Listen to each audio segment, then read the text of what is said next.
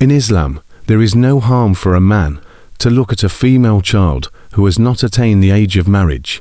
But if a man's gaze is accompanied by lust or sexual desire, looking at a female child becomes prohibited. It is equally prohibited if there is a potential harm on the female child or on the man who is looking at her. The harm to him is the immediate spiritual pollution of his heart. The harm to her is that she is now being treated as a stimulus for a grown man's desires, which is a profound violation of her childhood status. Islamic law proactively prohibits the look before physical, emotional, or spiritual damage occurs, not after. The mere risk of these harms is sufficient to overturn the general rule of permissibility, because preserving faith, lineage, and dignity takes precedence over a man's right to look. In Islamic ethics, protecting a female daughter is not viewed as an act of restriction or possessiveness, but as a sacred trust and a profound act of worship. Parents are considered shepherds over their flock and will be held accountable by Allah for how they guarded their children. The protection mandated by Islamic ethics is holistic. It encompasses physical, spiritual, psychological, and social dimensions. It is not about locking a girl away. It is about equipping her, safeguarding her dignity, and creating a fortress of safety around her. The ultimate protection for a girl is her connection with Allah. Parents must actively teach her that her primary worth comes from being a servant of Allah, not from the validation of men. From a young age, parents must teach her why Islamic modesty exists, not as a punishment, but as a shield. She must understand that her body has sanctity, and that she has the right to privacy and respect. It is the responsibility of her parents or guardians to ensure she begins establishing Salah prayer by age 7, and gently encouraging it by age 10, is a prophetic command. A girl who prays 5 times a day continually renews her spiritual protection and develops internal self-discipline. Parents must establish firm boundaries with marriageable adult male relatives, such as cousins, uncles-in-law, and neighbors.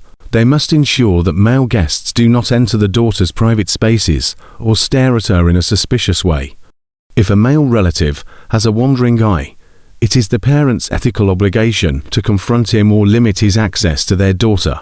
Parents are ethically bound to thoroughly vet the environments where their daughter spends her time. They must ensure teachers, coaches, and peers uphold a culture of respect, and they must not hesitate to remove their daughter from any environment that objectifies her or erodes her modesty. The Prophet Muhammad, peace be upon him, gave it an individual obligation for every Muslim to seek knowledge, for males and females equally. Parents must teach their daughter the jurisprudence of her body, which includes how to perform ritual purity, the rulings of menstruation, and the Islamic wisdom behind modesty. Knowledge removes shame and replaces it with empowered ownership of her religious duties. A protected daughter is not a weak daughter. Islamic ethics require parents to educate her in life skills, critical thinking, and financial literacy.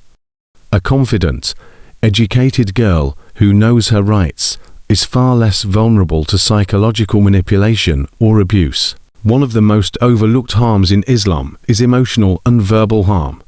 Parents are forbidden from making their daughters feel like a burden.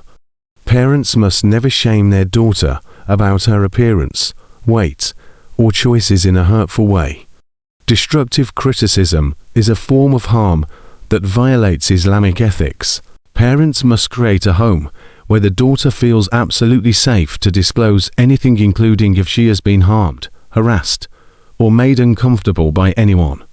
She must know, without a doubt, that her parents will believe her and take immediate, decisive action to protect her, rather than blaming her or covering up the incident. Islamic law grants even a child complete bodily integrity.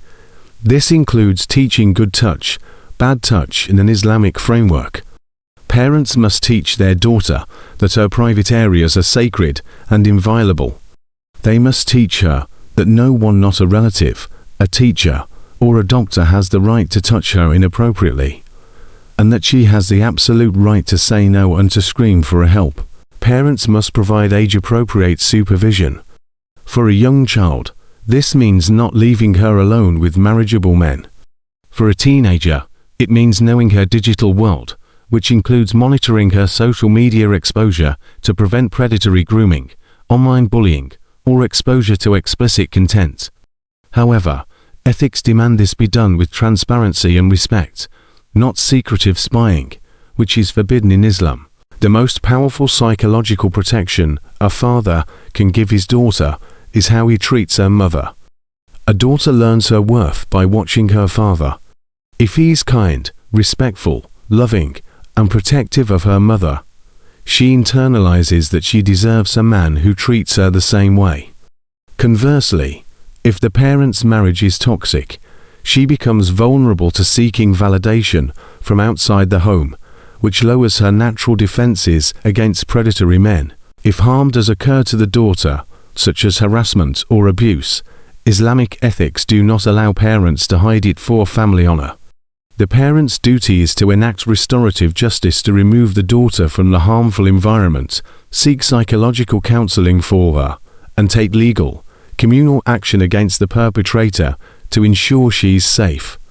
Protecting the abuser to preserve reputation is a grave sin in Islam. The golden rule for parents is the authentic hadith where the Prophet Muhammad, peace be upon him, said, "Each of you is a shepherd, and each of you is responsible for his flock." If you find this video helpful, don't forget to like, comment, subscribe to the channel and share it with loved ones.